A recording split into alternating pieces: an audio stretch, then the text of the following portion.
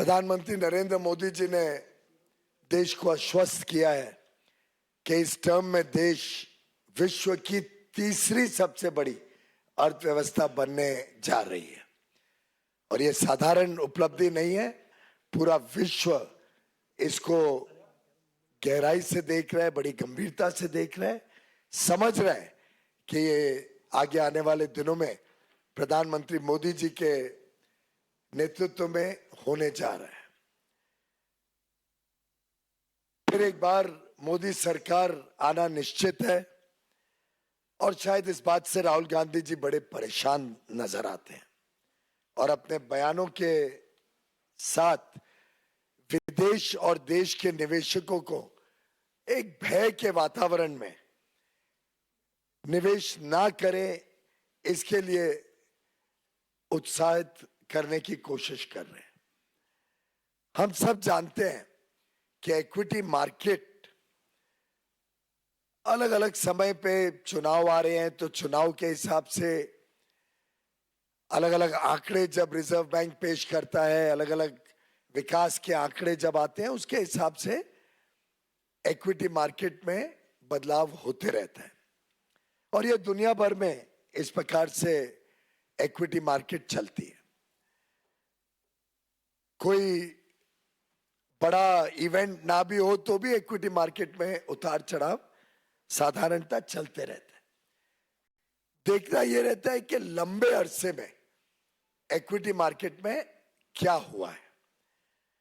और आप सभी भली भांति जानते हैं, देश के लोग, देश के निवेशक जानते हैं कि पिछले 10 वर्ष के सफलतापूर्वक मोदी सरकार के कार्यकाल में हमारा मार्केट कैप पहली बार $5 ट्रिलियन से अधिक हुआ है, यानी 400 लाख करोड़ रुपए से ज्यादा मार्केट कैप का कीर्तिमान प्रधानमंत्री मोदी जी के कुशल नेतृत्व में भारत ने प्राप्त किया है।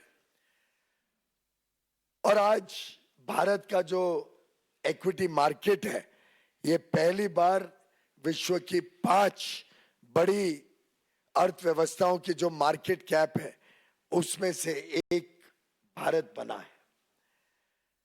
उसमें हम ये भी जानते हैं भली भांति कि पब्लिक सेक्टर अंडरटेकिंग्स जो PSUs लिस्टेड है मार्केट में, उसका भी जो मार्केट कैप है वो लगभग 4 गुना मोदी सरकार के कार्यकाल में बढ़ा है।